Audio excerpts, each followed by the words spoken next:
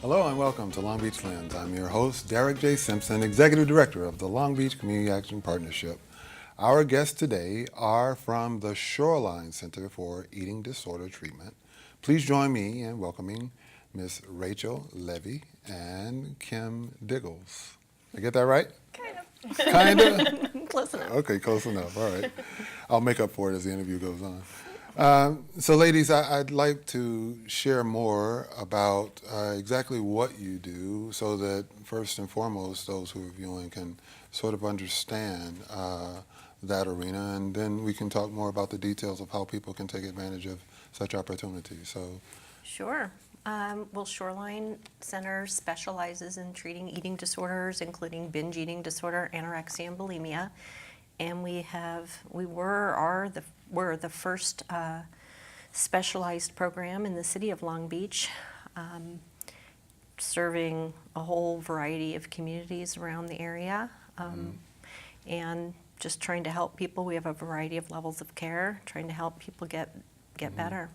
now is that unique that Long Beach has such a center? I mean, if I go to other cities, is that something that you will find in most cities, or is this something that's just starting to take its place in the community? When we opened, we were sort of the only one around. And this was in the 90s, right? Yeah. Now the whole industry Right. has grown quite a bit. Okay. There's far more people that are specializing in the treatment, and so access or locations for care are kind of much more available. Okay. Now, Kim, I understand that you've been with the organization since October of last year. So what's your role then? Yeah. So I am the program director of our residential level of care. Rachel mentioned that Okay. at Shoreline we have multiple levels of care where we can treat people who have eating disorders, and we just recently opened a residential Wow. program, and so I serve as the program director for that. Now, is it that everyone that goes through your program requires the residential element, or is it just depending on what you diagnose as a need? Yeah, we bring people in for an intake and assess them, and we Okay. have a variety of levels. Outpatient, some people are there for 3 hours a day, some people are there for 8 hours a day, and then our residential is, of course, 24/7, where they live in the community in a house, getting 24-hour nursing care. Wow, so this is intense, too. When I met you, I had no idea, and then I read a little bit more, and I'm like, well, this is interesting. It's specifically for me as executive director here, because as I mentioned earlier, concerned about low income. And so I guess my first question would be, is this something that's covered by health plans if for people that may need such a service? So, yeah, we are in network with most health insurance. The problem comes in that, 14 million Californians are on Medi-Cal, and Medi-Cal does not cover eating disorder treatment at a higher level of care. And I would say probably a third of our phone calls come from people looking and seeking services that don't have access to care. Now, I know that I visited with the health department years ago about 1 mile up Atlantic Avenue in Long Beach, and to identify that it was a food desert. We had the teens doing outreach. And when we stopped at the 7-Eleven by Jordan High School, the guy said that the biggest selling item there was Arizona iced tea. And that was like they were the largest seller of that in the county. And I say that because if someone's watching this, how do I know that I have a disorder that I need to get some help with? I mean, people don't just know that off the top, right? Can I take it? Yeah. So at Shoreline, I mean, part of our philosophy is that we're all about all foods fit. And people who come to us, one of our main goals for them is to help them have a better relationship with their food, help them have a better relationship with their body. And so one of the things that I would say to someone who was watching and was wondering or curious about themselves or someone that they know or love, the question I would ask them to think about is, what is your relationship with food? I think a lot of times people think that eating disorders are just about anorexia, not eating, maybe even bulimia, right? Like overeating and then somehow purging afterwards. But there's also binge eating disorder, which is a newly recognized form of eating disorder, and it's all about, people eating maybe in excess or doing what we talk about intuitive eating. So as opposed to listening to their bodies and giving their bodies what they need, kind of shutting off those cues for various reasons. And so I would ask people to kind of think about what is their relationship with food and with their body, how they think about their body. I've never heard it put that way, what's your relationship with food, but it's something that's very personal. And what do you say to little ones, though? I mean, because it's generational, I would imagine, right? Eating disorders are really complex, but first and foremost, I think it's important to know it's a psychiatric illness. Ah. So I don't care what your body looks like. I don't care what you weigh. I don't even care what you're eating. What we recognize is that people that have eating disorders are preoccupied with food, weight, and body, and so their esteem, their value is coming from their relationship with food.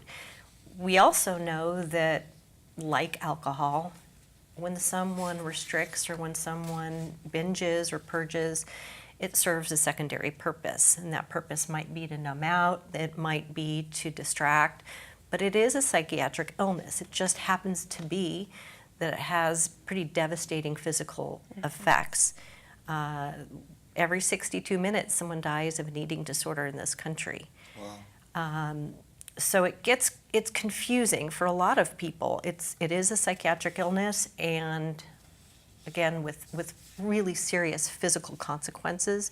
It isn't about, oh, I'm eating, what's right or wrong, or clean eating, or all of the diet mentality that most people get caught up in. It's something way more serious than, just trying to eat healthy. So what would be the trigger for a person to understand that, wow, you know what, maybe I need to go see someone like Shoreline? What would be some of those telltale signs that you would suggest? I mean, I think that their functioning in life tends to get impacted. Their relationship gets impacted. So, for example, for someone that has anorexia, they stop eating with their friends. They disappear when it's mealtime. They get irritable. There's physical complications that they start experiencing with sort of a downy hair on their body. And so each of these eating disorders has various symptoms that are pretty... Signs that you can notice, yeah. What makes you unique in terms of your approach to how you guys address eating disorders?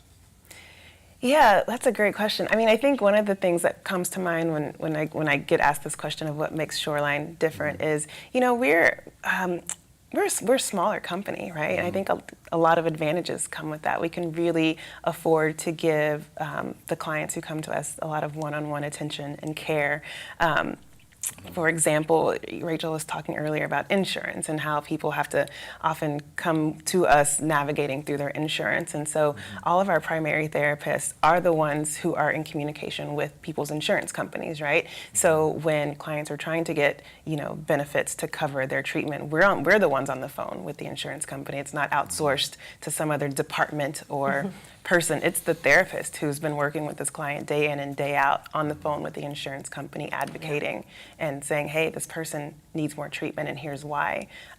So that's just an example, right, of that one-on-one intimate kind of care that we can give. And you have quite a team. I mean, I know you even came today, and there's two, but there was a third person, Sunny, who's not here. And Sunny's a big legislative advocate and helping us work with local government, but also the state of California. Right. We're working really hard to try to get some legislation changed so that folks that have Medi-Cal, that are on Medi-Cal, exactly, which is a third, I think, of Californians are on Medi-Cal, and 14 million of those folks live in LA County. They have no access to eating disorder, higher levels of care, and they exist. Eating disorders don't discriminate. They come for everyone, know.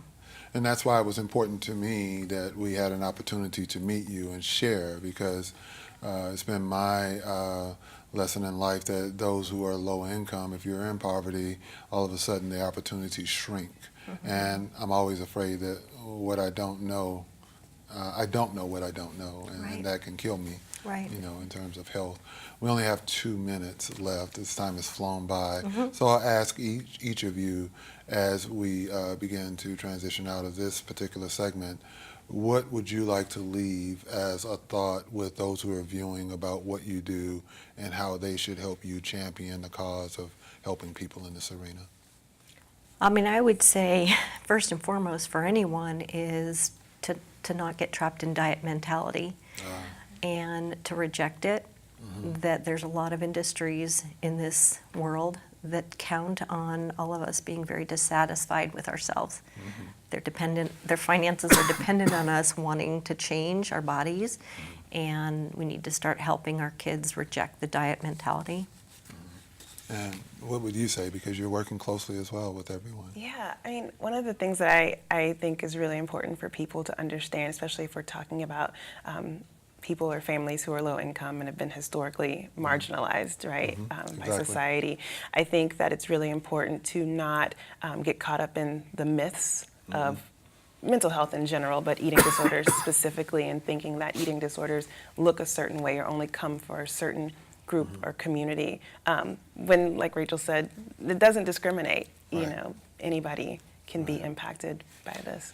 Well, ladies, I hope you agree to come back someday and update us more. Maybe we can give you a whole show to talk about this, because you have so much information, and we can even bring Tony in here. We're going to take a short break. When we come back, we will be joined by Heather Kern from Made by Millworks. Stay tuned for more of Long Beach Wins.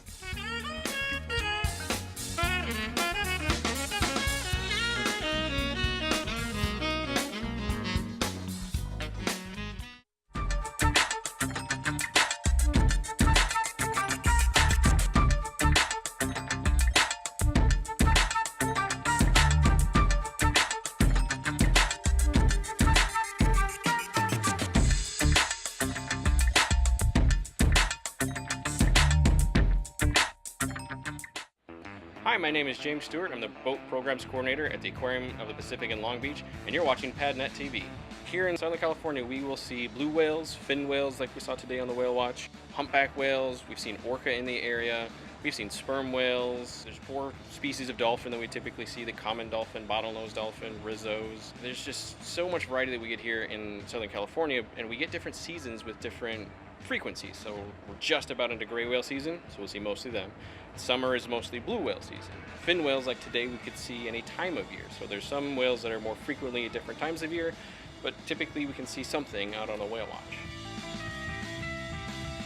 This area in around the LA and Long Beach port system has unique sea floor geography that really provides a strong ecosystem for a lot of different varieties of fish, plankton, whales, seals and sea lions. The unique combination of all these things in our climate and our weather patterns create a bountiful environment for a lot of species.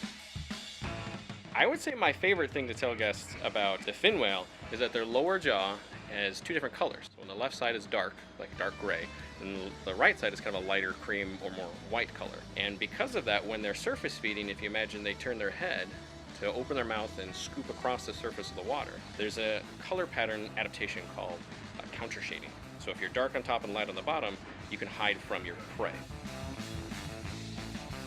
And we get to take the guests out there to experience that. And we get to interact with the guests and help them learn about the animals and the special nature of these animals. Why are they here in California? What is so important about these animals being in California? And for a lot of our guests, those conversations we get to have, our naturalists on the boat walking around, bringing out artifacts to share about the animals, that is so much fun to me. I love science and I love the ocean. And education is just such an important part for helping other people get excited about science too. The partnership we have with the Harbor Breeze Cruises is great because they have the crew that takes the boat out into the water. And then we staff the naturalists that can help educate the guests that are on the boat. So many of them are from out of town. Even if they're from California, they may have never seen a whale before. So just to get the people on the water and that awe-inspiring moment of right when we get on top next to a whale and you hear the whale, you see it, and you just hear all the guests go, oh, you know, because they haven't seen something like that before. That's so much fun that we get to have these guests on the boat out in the ocean and have a safe interaction with an animal, but also teach them about that animal and the interactions of the humans and the urban ocean and the animals together in their ecosystem is a very enjoyable environment, and it's amazing that we get to do this. If you want to learn about the times to go out on the boats, you can look at Harbor Breeze's website. We also, since we partner with them, you can also look at the Aquarium of the Pacific's website, and you can learn about the whales. We have a whale blog that we write, so that the information that we've done over the last 2 weeks of being on their boat, getting to experience these animals, we publish that on our website.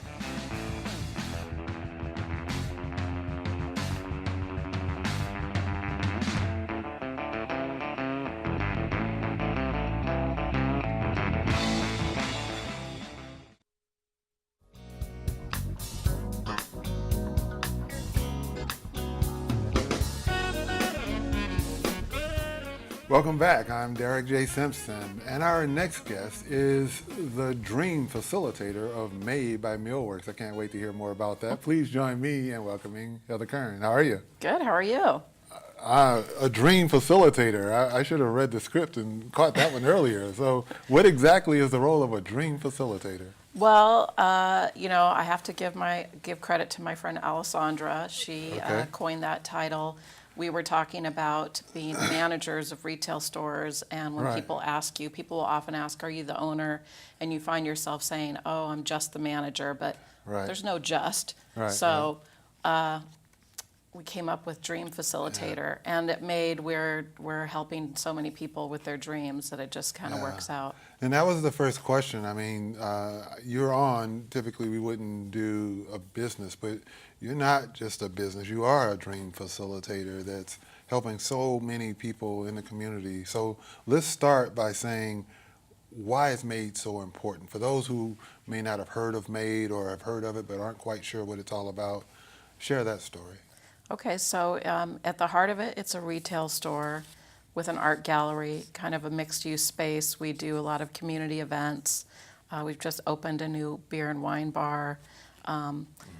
But our mission is to support a local economy, and so all of the products that we sell in the retail store are from local brands. That means brands that are based within 20 to 25 miles, but 90% of that is right here in Long Beach.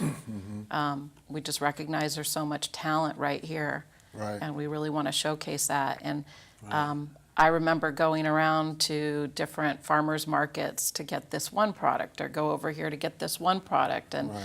the idea of having this one place where you could just be enveloped with all of that.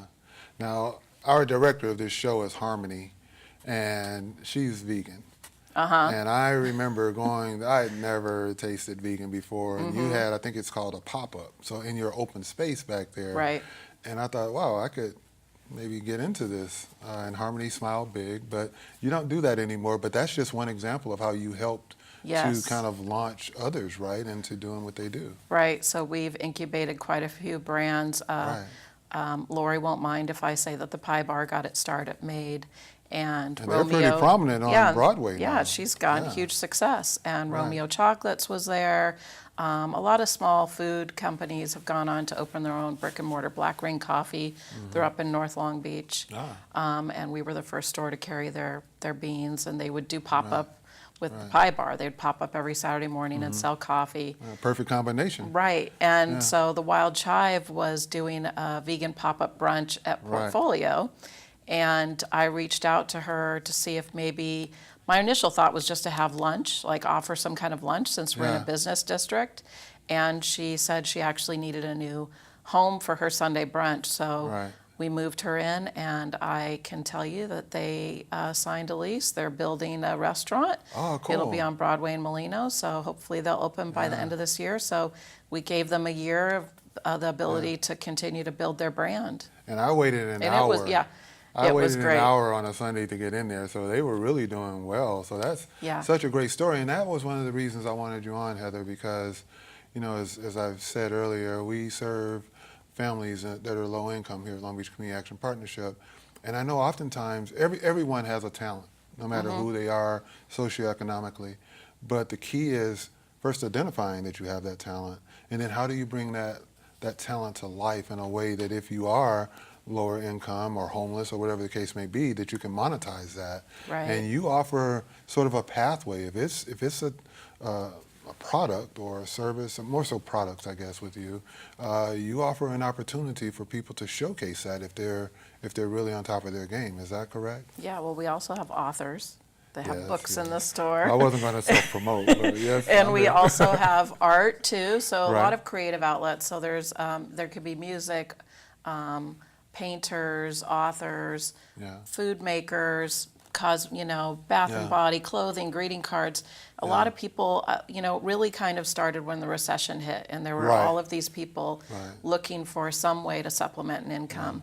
And a lot of people just started making products that they knew that they could do, and they'll come to us, and if they've kind of created a brand, which could be just that they have a logo and that they're working on this being an income for themselves, then we love to take them, and we also push and help them get into more stores, because being in one store is not going to be enough to be a sustainable good income. Now, to that point, do you offer sort of a synergy opportunity for the people who are there to network? For instance, I remember getting an email saying that MAID was going to have I think a float in the Pride Parade, and you were reaching out to all the MAID Right. community artists to come. So do you offer other opportunities like that to also allow your participants to network and build off each other's energy? Yeah, we don't really have like a monthly mixer, but Okay.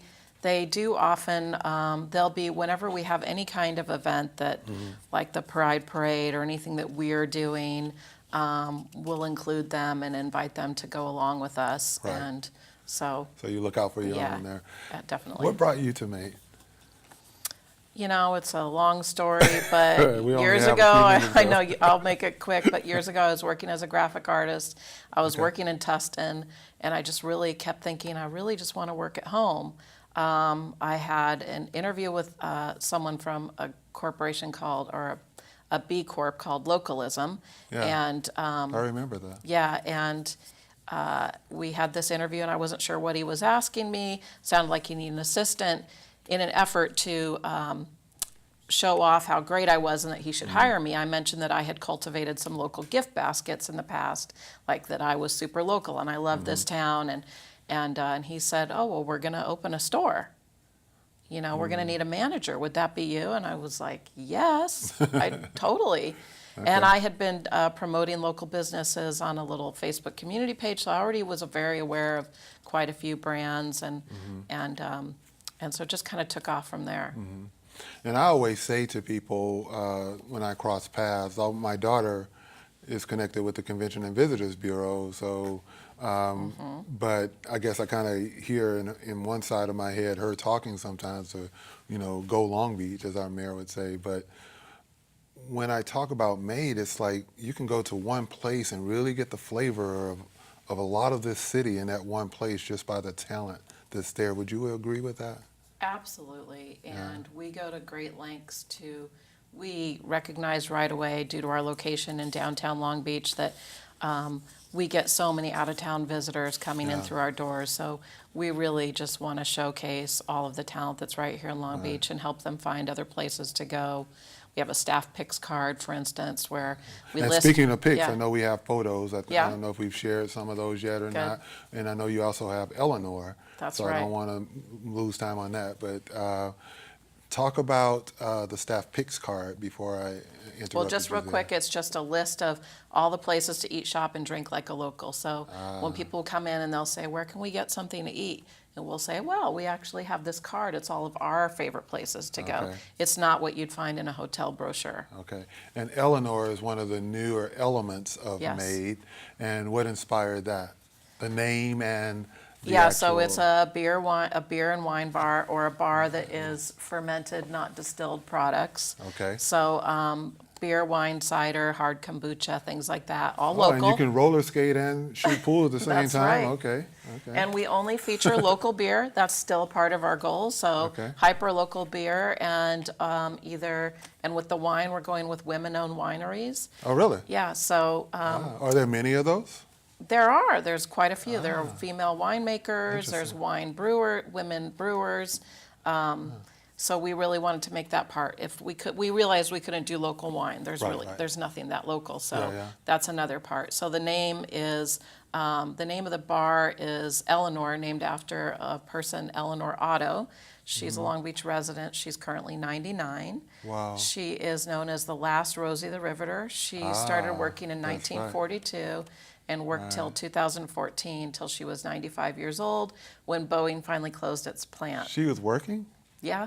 Whoa. That's So a story in itself. we're woman-owned. Michelle Molina, woman managed me, and there's Long Beach history there. So for us, it just seemed like the perfect fit, a great way to tie it all in together. Right. So what's next at MADE? What can one anticipate? Do you have anything special coming up, or are there things that, well, let's start with this. If I'm someone out there with a talent and I think I have a product that might be a good fit, how would I go about connecting? We've done, everything is on our website, so if you go Okay. to madebymillworks.com, Okay. you can click on I Make Stuff. Okay, that's simple enough. There's an application for a product, there's applications for artists, and there's applications to use the venue. There you go. If you wanted to have an event, like a okay. nonprofit event or something. Okay, that's cool to know. And then we're hopefully working on getting more live music in there, so maybe a live music venue in the future. All right. And we'll continue to have art openings every 2 months. And Okay. the next big thing I could plug would be, I think it's June 21st. It's International Make Music Day, and we will always provide in a big way. So we're booking it. Artists sign up on the Make Music Day website that they're looking for a venue, and then we'll hire them to play that day. Very cool. So it's Yeah. all about local, and you're Yeah. offering so many opportunities to the most talented of our community, Yeah. and I think that's powerful. It's more than a retail location. It's a treat. It's an you know, opportunity. we yes. get to interact with so many amazing people. Yes, you do. Well, you're amazing, and I'm really happy that we got to know each other. And say hello to the boss for me whenever will. you see her. I just want to thank our guests, Heather Kern, Rachel Levy, and Kim Diggles, for joining us on today's show. Be sure to follow PatNet TV on Facebook, Twitter, and Instagram for the latest updates. We also welcome your comments and thoughts regarding this show as we strive to make Long Beach Lens a favorite source of local news, information, and entertainment. This show has been brought to you with support from the Long Beach Community Action Partnership. Thank you for watching Long Beach Lens.